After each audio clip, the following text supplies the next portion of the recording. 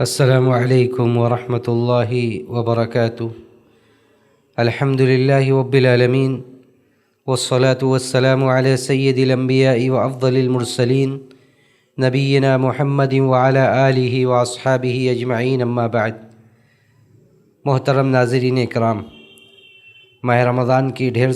ساری مبارکباد آپ سب لوگوں کو۔ جیسا کہ وعدہ تھا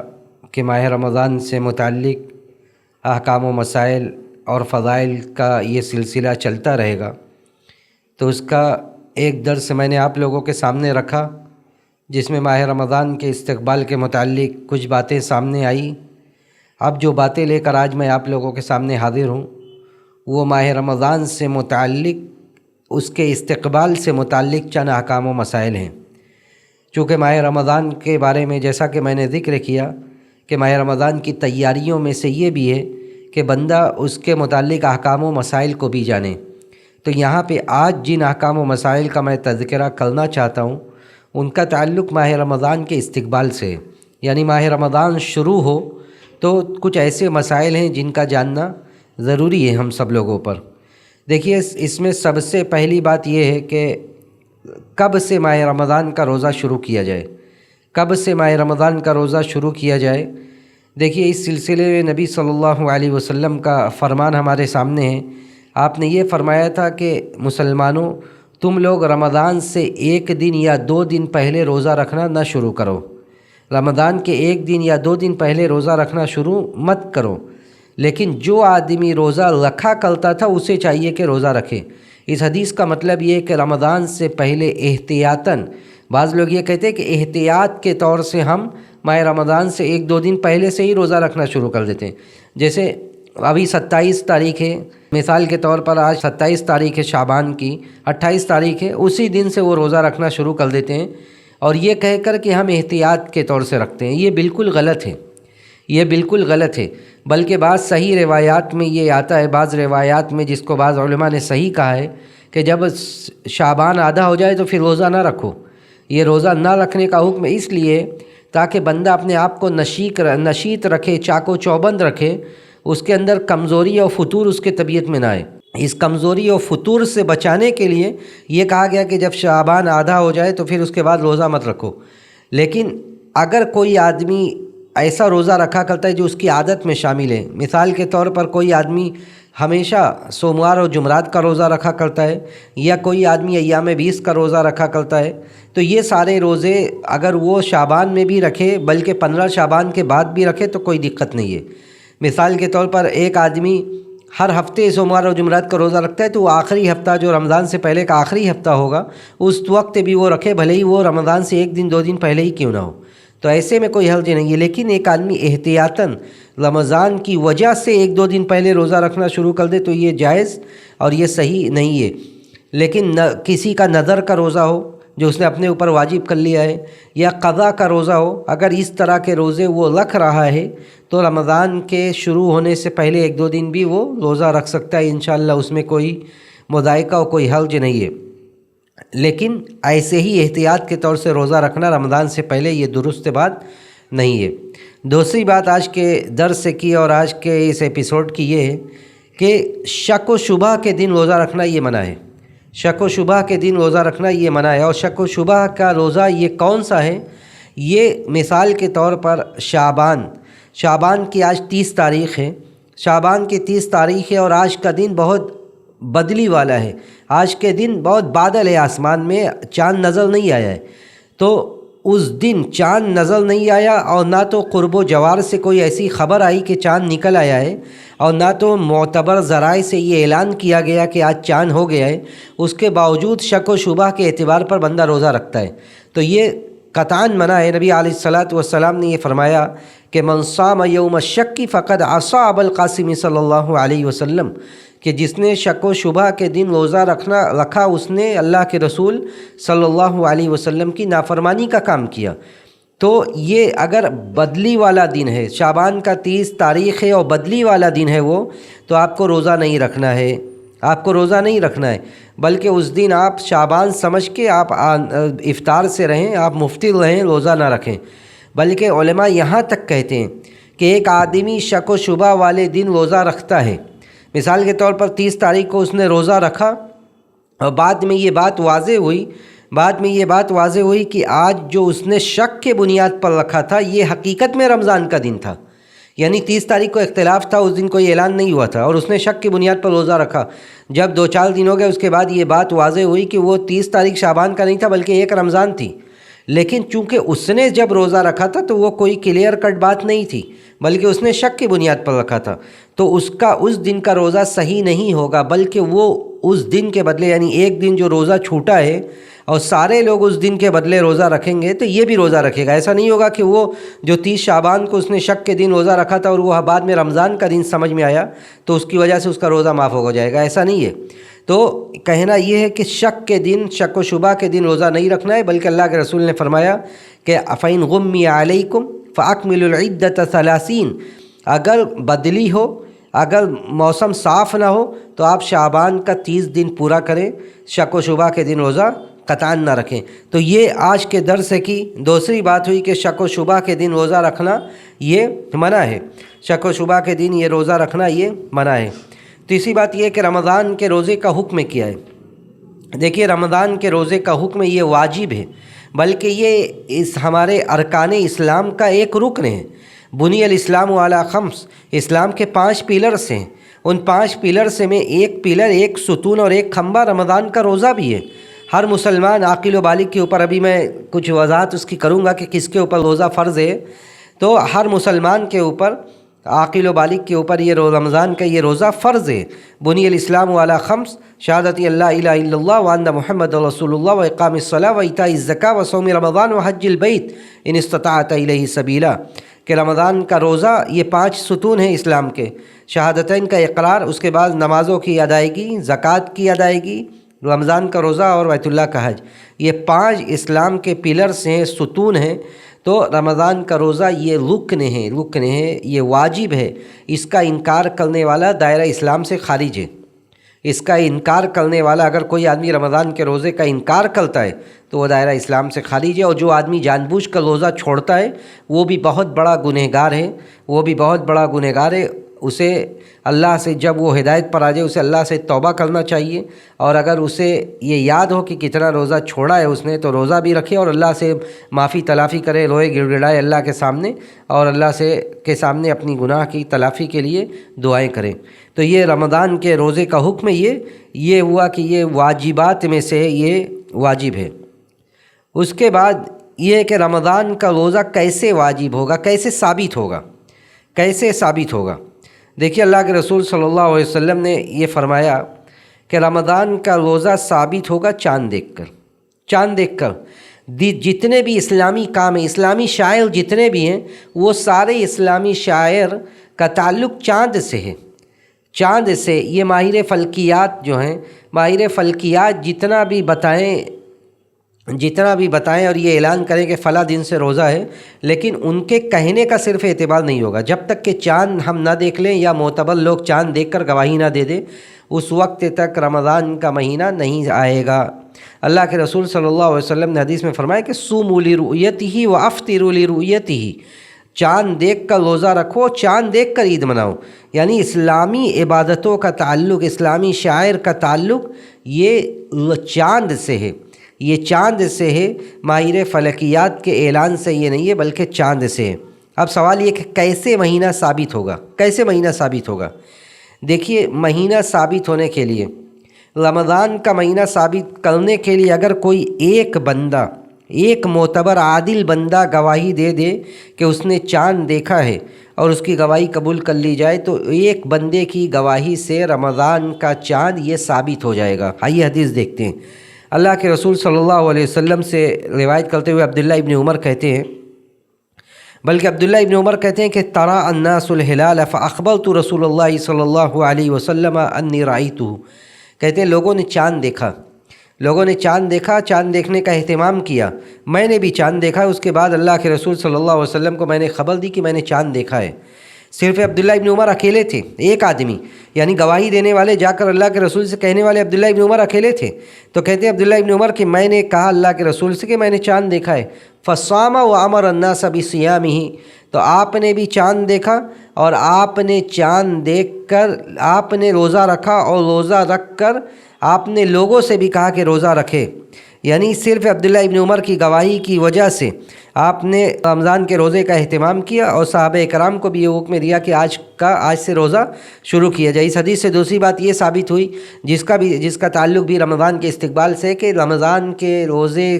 سے پہلے چاند دیکھنے کا بھی اہتمام کرنا چاہیے، چاند دیکھنے کا بھی اہتمام کرنا چاہیے۔ عبداللہ ابن عمر کہتے ہیں کہ ترى الناس الہلال، کہ لوگوں نے چاند دیکھا اور میں نے بھی دیکھا، اس کے بعد میں نے اللہ کے رسول کو جا کر خبر دی۔ اور اس حدیث میں یہ بھی آگے ہے کہ اگر چاند فَإِن لَمْ يُرَ الْهِلَالُ لِغِيَامٍ فَأَكْمِلُوا الْعِدَّةَ 30، اگر چاند بدلی کی وجہ سے نہ نظر آئے تو 30 دن شعبان کے پورے کر لو۔ تو یہ اس حدیث سے یہ مسئلہ ثابت ہوا کہ رمضان کے روزے کے اس بات کے لیے ایک عادل اور معتبر بندے کی گواہی یہ کافی ہے، لیکن شوال کے اور عید کے چاند کے لیے ایک بندہ نہیں، شوال کے چاند کے لیے اور عید منانے کے لیے ایک بندہ نہیں بلکہ 2 بندے کی گواہی یہ ضروری ہے، 2 بندے کی گواہی یہ ضروری ہے۔ اگر 2 بندے سے کم ہو تو اس کے لیے اس کا اعتبار نہیں کیا جائے گا۔ اللہ کے رسول صلی اللہ علیہ وسلم نے فرمایا کہ فَإِن شَهِدَ شَاهِدَانِ مُسْلِمَانِ فَصُومُوا وَافْطِرُوا، اگر 2 بندہ گواہی دے، 2 عادل بندہ گواہی دے، 2 مسلمان بندہ گواہی دے تو روزہ رکھو اور چاند اور عید مناؤ۔ لیکن روزہ رکھنے کے تعلق سے دوسری روایت ہے جو میں نے ابھی آپ کے سامنے پڑھی کہ اس میں ایک بندے کی گواہی کافی ہے، اس لیے علماء کہتے ہیں کہ رمضان کے روزے کے اس بات کے لیے ایک بندے کی گواہی کافی ہے چاند دیکھنے کے لیے، اور شوال کے لیے عید کے لیے 2 بندے کی گواہی یہ ضروری ہے، یہ ضروری ہے۔ یہ بات ہوئی تیسری بات۔ ایک بات تو یہ ہوئی کہ شک و شبہ کے دن روزہ نہ رکھا جائے، دوسری بات یہ ہوئی کہ شک کے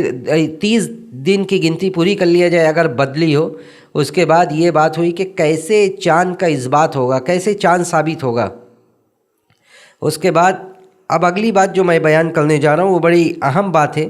کہ کن لوگوں کے اوپر رمضان کا روزہ یہ واجب ہوگا، کن لوگوں کے اوپر۔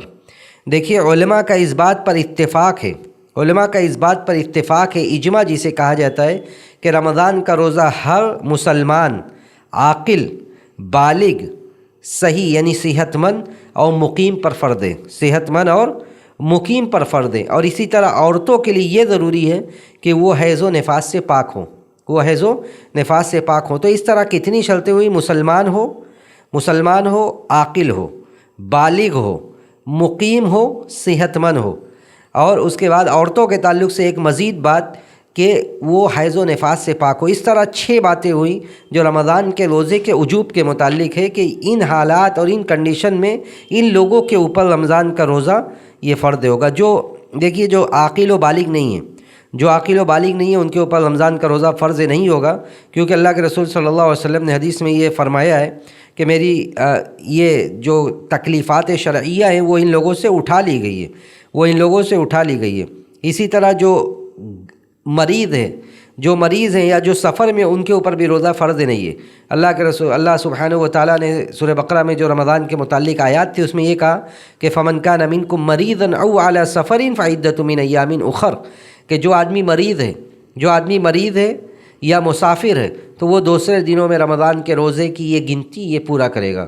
تو یہ 6 باتیں میں نے بیان کی کہ کن لوگوں کے اوپر یہ رمضان کا روزہ یہ فرض ہے۔ پھر میں ایک بار دہراتا ہوں، مسلمان ہو، عاقل ہو، بالغ ہو، صحت مند ہو، مقیم ہو، اور اس کے علاوہ عورتوں میں یہ کہ حیض و نفاس سے پاک ہوں۔ حیض و نفاس والی عورتیں اگر روزہ رکھ بھی لیں گی تو ان کا وہ روزہ قابل قبول نہیں ہوگا، بلکہ ان کو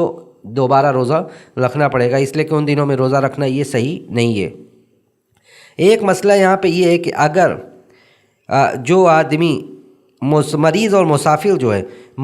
مسافر کے لیے روزہ رکھنا یہ زیادہ بہتر ہے یا روزہ نہ رکھنا یہ زیادہ بہتر ہے۔ دیکھیے علماء اس بات کی طرف لوگوں کو توجہ دلاتے ہیں کہ اگر مریض اور مسافر روزہ رکھنے میں کوئی مشقت محسوس نہ کریں اور روزہ رکھ دے رہا ہے تو روزہ رکھنا ان کے لیے افضل ہے۔ دوسری طرف دوسرے ابھی قول علماء کا، لیکن زیادہ تر لوگ یہی کہتے ہیں کہ اگر مریض اور مسافر مریض اور مسافر روزہ رکھنے میں کوئی مشقت کوئی پریشانی محسوس نہ کرے اور وہ روزہ رکھ لے تو روزہ رکھنا یہ اس کے لیے افضل ہے۔ لیکن اگر وہ مشقت محسوس کرے، روزہ رکھنا اس کے لیے باعث دشوار ہو، تو پھر اس کے لیے افطار کرنا یہ افضل ہے، پھر اس کے لیے افطار کرنا یہ زیادہ افضل ہے۔ تو یہ بات واضح ہوئی کہ مریض اور مسافر اگر مشقت نہیں محسوس کر رہا ہے تو روزہ رکھ لے، لیکن اگر مشقت محسوس کر رہا ہے تو روزہ نہ رکھے، یہ اس کے لیے زیادہ افضل ہے، کیونکہ دونوں طرح کے لوگ تھے۔ حضرت ابو سعید خدری رضی اللہ تعالیٰ عنہ کی حدیث ہے، اللہ کے رسول صلی اللہ علیہ وسلم کے ساتھ انہوں نے قتال کیا، کہتے ہیں ہم لوگ غزوہ میں تھے رمضان کے موسم میں۔ دیکھیے رمضان کے موسم میں غزوہ اور جہاد کا ماحول تھا، اس کے باوجود کہتے ہیں فَمِنَّ الصَّائِمُ وَمِنَّ الْمُفْطِرُ، ہمیں سے بعض ایسے تھے جو روزے سے تھے اور بعض ایسے تھے جو روزے سے نہیں تھے۔ تو نہ تو روزہ دار جو ہے وہ افطار کرنے والے پر، یعنی جو لوگ روزے سے نہیں تھے اس کے اوپر عیب لگاتا تھا، اور نہ تو جو افطار کرنے والا تھا وہ روزے دار پر عیب لگاتا تھا، یعنی دونوں ماحول تھا، دونوں چیزیں صحیح سمجھتے تھے صحابہ اکرام کہ جو چاہے روزہ رکھے اور جو چاہے وہ روزہ نہ رکھے۔ کہتے ہیں کہ ان کا صحابہ کے بارے میں کہتے ہیں کہ ان کا خیال یہ تھا یرون ان من وجد قوتا فصام فإن ذلك حسن، اگر ان کو قوت تھی روزہ رکھا تو یہ ان کے لیے بہتر ہے، اور اگر قوت نہیں تھی روزہ نہیں رکھا تو یہ بھی بہتر ہے، کوئی مسئلہ نہیں ہے، کوئی مسئلہ اس میں نہیں ہے۔ اور جہاں تک حائضہ اور نفسا کا تعلق ہے تو حائضہ اور نفسا یہ روزہ نہیں رکھیں گی، لیکن ان کو روزے کی قضا کرنا ہے۔ حائضہ اور نفسا یہ روزہ نہیں رکھیں گی، لیکن ان کو دوسرے ایام میں روزے کی قضا یہ کرنا ہے، اور انشاءاللہ اس کے تعلق سے اور بھی اگر کچھ بات ہوگی تو دوسرے آگے کے درس میں بیان کیا جائے گا کہ رمضان کے متعلق جو زیادہ سوالات آتے ہیں ان میں ایک سوال یہ بھی ہے۔ تو ابھی ضمناً میں یہ بات ذکر کرتا چلوں کہ حائضہ اور نفسا یہ روزہ نہیں رکھیں گے، لیکن ان کو روزے کی قضا یہ کرنا، یہ پورا کرنا پڑے گا ان کو۔ اچھا، جو لوگ روزہ نہ رکھیں ان کو روزہ نہ رکھنے کے بدلے میں فدیہ دینا ہے، اور فدیہ کیا ہے، فدیہ کی مقدار کیا ہے، یہ بھی بیان کرتے ہیں علماء کہ فدیہ کی مقدار کیا ہے، اور اس پر مزید گفتگو انشاءاللہ آگے بیان کی جائے گی۔ جو آج موجودہ حساب سے جو بیان کیا جاتا ہے وہ یہ ہے کہ 1.5 کلو اناج تقریباً یہ ہر مسکین کو ہر روزے کے بدلے میں کھلایا جائے۔ اگر ایک ساتھ کھلا دیا جائے 30 مسکینوں کو تب بھی کوئی مسئلہ نہیں ہے، اگر الگ الگ کھلایا جائے تب بھی کوئی مسئلہ نہیں ہے، لیکن 30 دن کے بدلے 30 مسکین کو اس حساب سے 1.5 کلو کے حساب سے کھلانا پڑے گا۔ اور زیادہ بہتر یہ ہے کہ اس مقدار سے صرف نظر ان کو اتنا کھانا کھلایا جائے جو ان کے پیٹ بھرنے کے لیے کافی ہو، جو ہماری عام غذا ہے، جیسا کھانا ہم کھاتے ہیں اس طرح کا کھانا انہیں کھلایا جائے، دیکھیے اس کے بعد کچھ باتیں اور ہیں کہ کون سے چیزوں سے روزہ ٹوٹ جاتا ہے۔ پہلی بات اس میں یہ ہے کہ جان بوجھ کر کھا پی لینا، جان بوجھ کر اگر کوئی آدمی کھا پی لیتا ہے تو اس کا روزہ ٹوٹ جاتا ہے، اور اگر وہ جان بوجھ کر کھا لے یا پی لے